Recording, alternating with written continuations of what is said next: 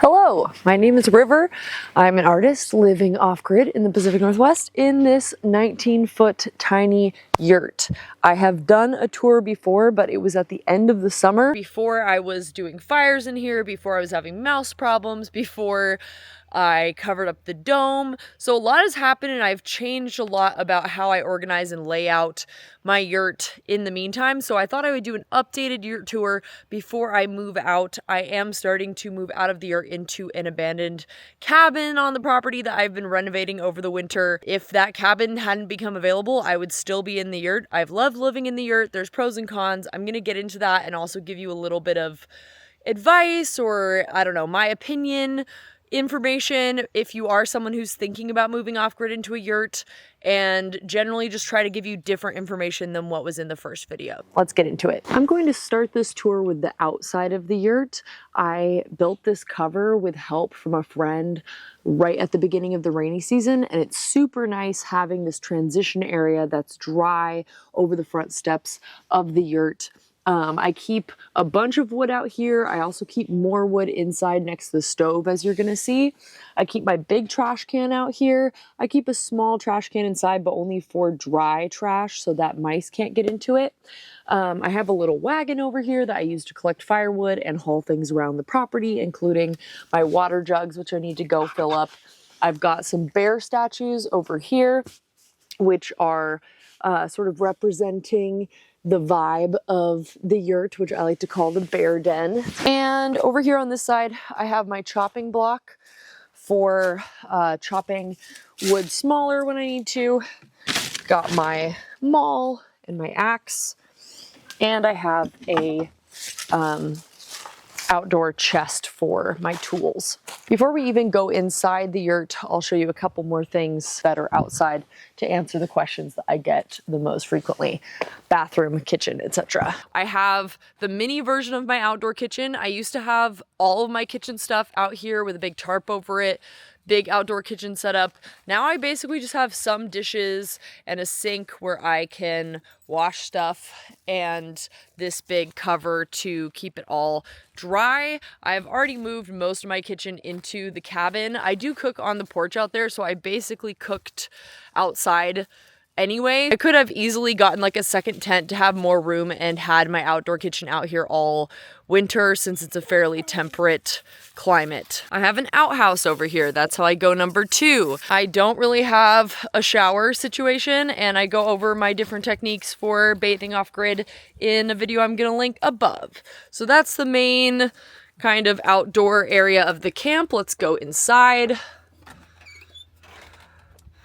Coming inside the yurt. Let's give you like a little overview, and then we'll get into the different zones and what is going on here. Working around in a circle here, this area is mostly the same. I have this little dresser thing that I use as a catch-all station for my keys and whatever else for when I come inside. Store stuff in there. This steamer trunk has dress-up clothes I don't get out very much that I don't want the mice to get into. I have a basket up here that I throw clothes that I'm going to wear again the next day. I just clean, so there's nothing in there right now. But what has changed is that I started using the lattice as basically a closet. One of the disadvantages of the yurt is that you have no closets, and when I first moved in here, I didn't have any mouse problems, and I was able to keep all my jackets folded up in baskets on the floor. But once the rainy season started, I started battling constantly with the mice and found out pretty quickly that I need to keep things off the floor entirely unless they're in a sealed tote. So I started hanging things up on the lattice. It doesn't look super aesthetic, but it is actually really convenient because I can see everything. When I need to grab a rain jacket or a sweatshirt, it's just right there. And the lattice has been really sturdy and has held up well with me hanging stuff on it. I don't think anything has changed right here. This is my like living room couch hangout situation. I will say that when I first moved in, I wanted the stove to be facing the couch because I thought that I would be hanging out there the most and that then I could do like my fire tending from there. But it ended up with the way that the flue was and whatnot that it needed to be facing the bed. And I actually am so grateful that the stove is facing the bed because at night when it's super cold, I'm able to watch the fire from bed while I'm sleeping. I can wake up and just quickly look at the fire to see if it needs more wood versus if it was facing the couch. I wouldn't be able to do that. And when I'm in couch mode, it's not a big deal for me to get up. And I also have a mirror on the other side of the yurt, if you can see it back there, that I can see from the couch, that I can see the fire. So I can tell if it's going out from the couch without even getting up, which is nice. In general, the couch area continues to be really cozy and I have no complaints. This chaise lounge I got secondhand. On my last tour video, I had a lot of people jumping in with a lot of assumptions. I'm just gonna counter some of those right now. Every single thing in this yurt I got secondhand. Either I got it vintage or it was given to me by a friend when they're moving or whatever the case may be. I'm not rich. I don't live with my parents. I do pay rent to be here on my friend's property. My friends are not rich. Their parents bought this property in the 80s after living in a tent for 5 years on one of the neighboring properties. And the property was deemed worthless because it had been illegally logged a bunch of times. And the whole family pitches in to maintain the property. So some people feel threatened by the idea that there's other people living their dream, and other people feel inspired by seeing other people live their dream and being like, oh wow, that's possible. And I'm not saying that it's possible for everyone to live in a yurt.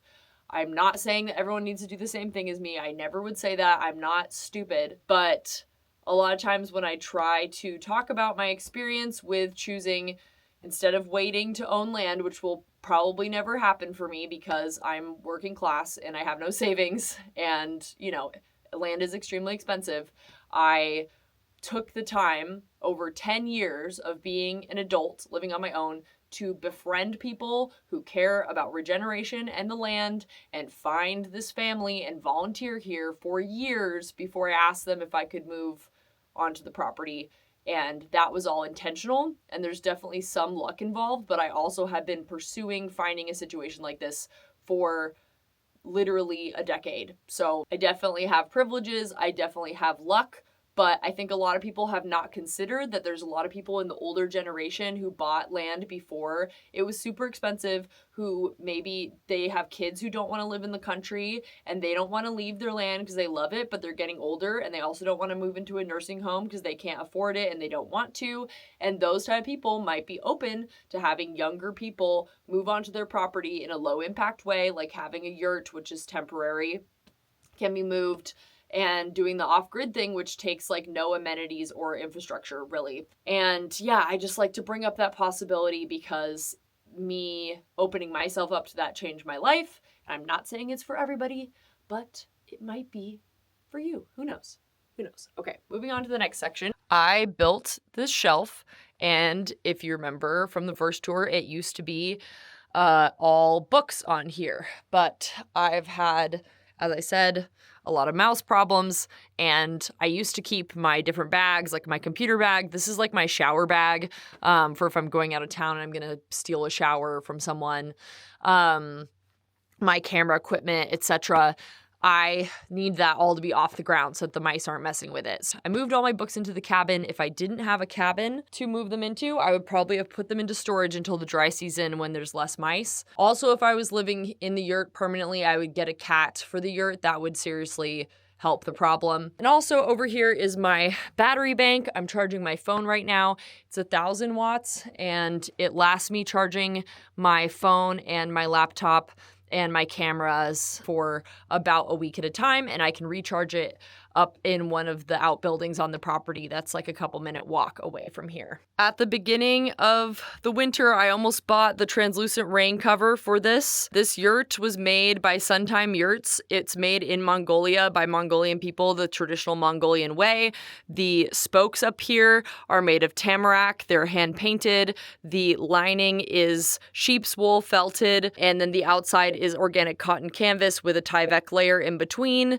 And these ropes that you see around here, which are good for hanging lights, they are, I can't remember if they are camel hair or horse hair, but I think that they might be camel hair.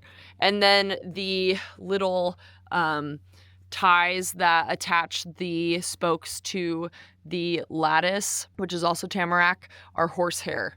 So that's pretty cool. It always smells good in here. It's very breathable, antimicrobial, etc. And I had the opportunity to buy a translucent cover for this to let light in at the beginning of the winter, and I ended up deciding that since I'm mostly in here at night and it's dark at night anyway, that I should save that money and instead buy the battery bank, and I don't regret that. This battery powered lamp really lights it up in here. At night I'll have a bunch of candles going too. It's not night right now and I'm gonna head out after this, so I didn't want to do that. But I don't really have a problem with light, and I actually really enjoy it being completely dark while I'm sleeping, because I work nights and I need to be able to sleep in order to get enough rest. Being in a completely dark, quiet cave is amazing. Moving over to the bed area, sort of the only thing that's changed is that I keep a top sheet over the entire bed to help with if mice do come in and like run over my bed and poop on it, then I can just wash the top sheet and not the hemp quilt that is underneath it. And then also, if my dog Romeo tracks in stuff on his fur or paws and jumps on the bed, I can also more easily wash it. I do keep a good amount of reading material in the little bookshelf area behind the bed, and so I still have stuff to read even though most of my library's been moved out at this point. Moving over, I'm sitting on the bed and looking at my fireplace area. Me and Jai, we built the yurt. We used these stone paver things that he had salvaged from another project, so those were free, which is really cool. I love the hearth here. I like how big it is. I keep kindling in this cool little container thing my dad made, and then a good amount of wood next to the fire as well, so that in the middle of the night I don't have to get up and go all the way over there. I also keep Romeo's like food bowl and water bowl over there, and I keep a 5-gallon bucket, usually here, like not too close to the stove but not too far away. Sometimes I put it in the corner, but I use that for gray water. I'm washing my hands or brushing my teeth. I will empty that into there and then later go dump it out, especially once I've closed the door for the night and I don't want to lose any more heat. This stove has been amazing. I might even try to take it out of here in the future because I love this wood stove. This is an oven, which has been awesome. I can like roast potatoes or reheat sandwiches or melt cheese on stuff in there. The top is like a stove top, so I keep that big container full of water to keep it warm. I keep a tea kettle on there, and I've got hot water whenever I have a fire going, which is great. Absolutely love this stove. This whole setup of having a small yurt insulated with sheep's wool with a wood stove has been extremely effective for being frugal with firewood. I bought 2 cords of maple hardwood at the end of the summer, and I started doing fires towards the end of October, and I still have a third of it left, even though I've also used quite a bit of it for the cabin as well, and I'm able to use as much wood as I want, and I really just don't use that much wood to stay warm at night, and it takes about 45 minutes to get the yurt from whatever the air temp is, like around 40 degrees in the winter, up to 75, 80, and then I will open the door and get it back down to like 70, and then when I'm ready to go to sleep, I will close the door, turn the damper down. If I put big pieces of logs in there, then with the damper down, they will stay as coals for like 6 or 7 hours, so when I wake up, I can throw some more wood on there and keep the fire going. It's been incredibly efficient, and I'm actually going to really miss the efficiency of this wood stove and the efficiency of heating a small space really quickly. And I also think I'm going to miss having my bed right next to the stove. It's really nice, especially when I get home late and I basically just start a fire and then go to bed, to be cozied up like a safe distance from the wood stove, but also very close. You can see that it's not close enough for there to be any like fire danger or anything, but it is close enough that my bed gets warm first, which is really nice when it's cold and I'm tired. Over here is like my dresser and vanity area. I sort of use both of these as a vanity. I used to keep out more different like little products out on here, but the mice climb over everything, so I put pretty much everything that I don't use every day in a box under the bed. I have some other stuff in boxes under the bed too. I keep my laundry basket under here. I used to have a bunch of stuff back here in storage, but again, with the mice, I really try to limit that. But yeah, I have my jewelry box, all of my dance outfits, because I'm a professional dancer in here, toiletry stuff. And then over here, I have the dresser with all my clothes. Unfortunately, I don't know how, but there's a gap somewhere and the mice are getting in and they keep nesting in here. So I've had to take my clothes out. And this dresser is going to be the first thing that I move out of here. But it served me really well up until recently when they figured out that they could nest in my clothes. But yeah, I have this really cool vintage pitcher and basin that my sister thrifted for me that I use for washing my hands and my face. Keep soap up here, little mirror, jewelry box, etc. This is pretty much the same as it was when I started out, except that I keep less stuff out. Over here is my little desk area. I honestly use this more as like a drop zone for setting stuff down. I do most of my editing and my computer work laying on the couch. I do eat here quite a bit because I don't want to eat on the couch and get food on the couch and have the mice, get involved there. But yeah, nothing really that much else has changed over here other than the bleach that I use to clean up the mouse poop is eroding the stain on here, which sucks. And this is a handmade table that was custom made for my Nana. And I want to fix the stain because it's a really nice table and that's kind of a bummer. Over here, I have this secondhand cabinet thing. I keep, same as before, my food in the top level, random like junk drawer in the middle, and then Romeo's food and treats and whatnot in the bottom. Not really anything to say about this other than the mice have not gotten in there. It has magnetic locks on the inside and seems to be airtight. So that's great. I keep my cleaning supplies up top and I've started to just put paper towels down underneath it so that when the mice get up on there and poop on it, I can just really easily clean it up. Definitely not aesthetic, but that's my life. And I keep my shoes by the door. That's pretty much it. I have a big gap down here where Romeo, I tried to leave him in the yurt and he tore through the lattice and tore through the lining. That's been frustrating. I kind of just stuff towels in there and you can see where the mice have been chewing at the lining. Up here. All of that brings me to why am I moving out of the yurt, and also what would I have done differently with the yurt, and what's my advice for people who are thinking about moving into a yurt. So the reason why I'm moving out of the yurt, as I said earlier, is because I'm moving into a cabin that has more space and that I can mouse-proof.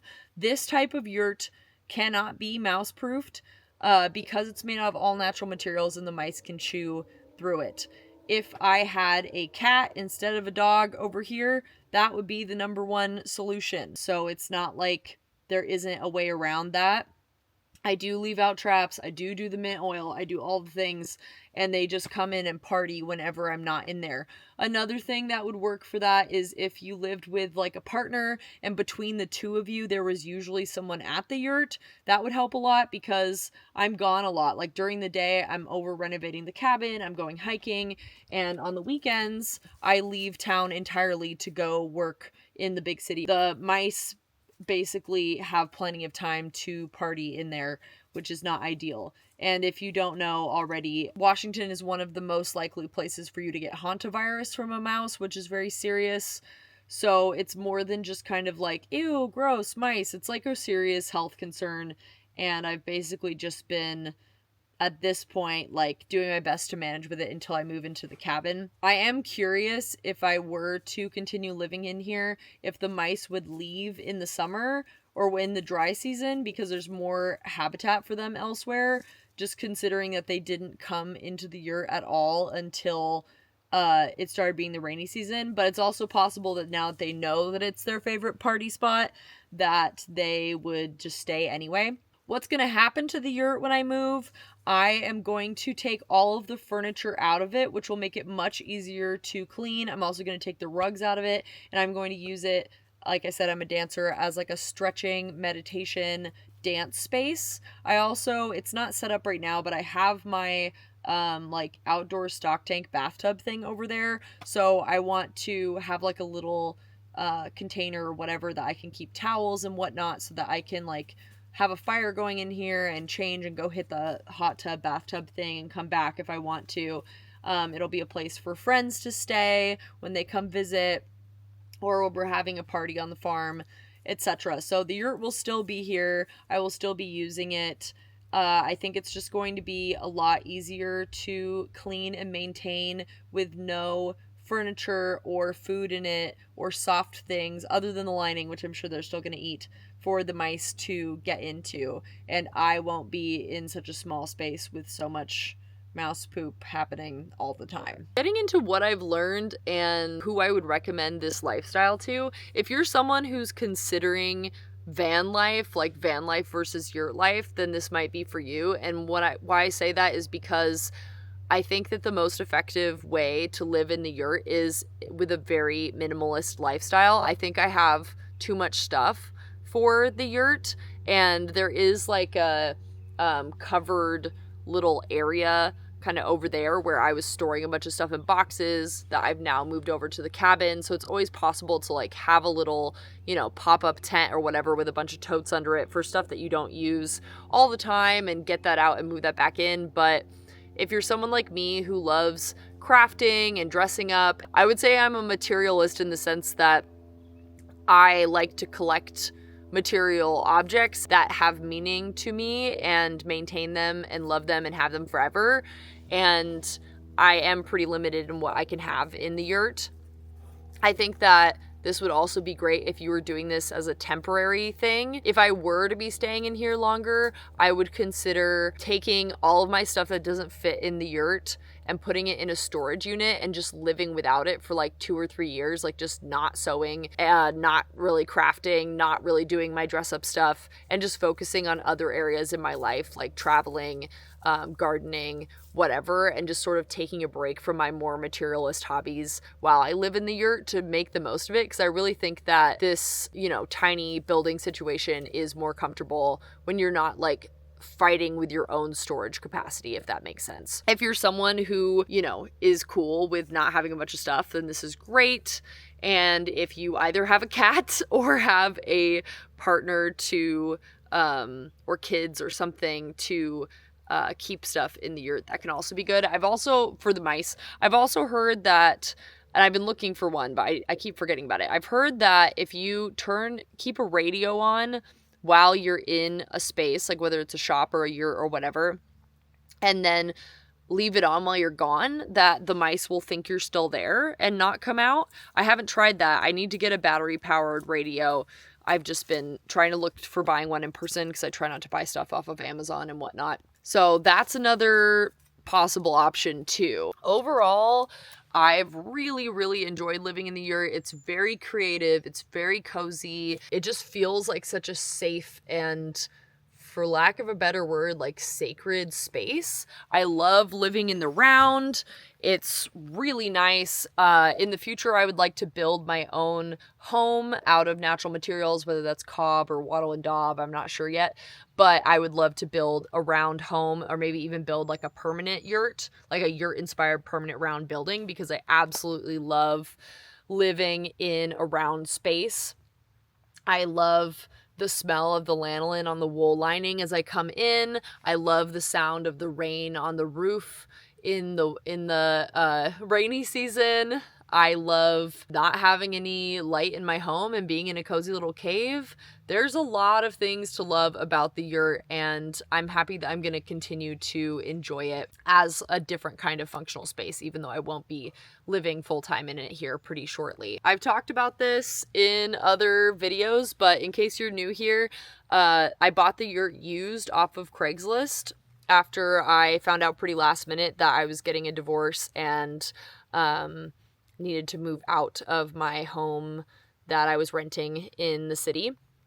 And the yurt was $3,000, and then the platform and the stove was another $1,000, and then I spent $2,000 on labor and materials to make the platform better and to build the platform. So I ended up spending $6,000 on the yurt.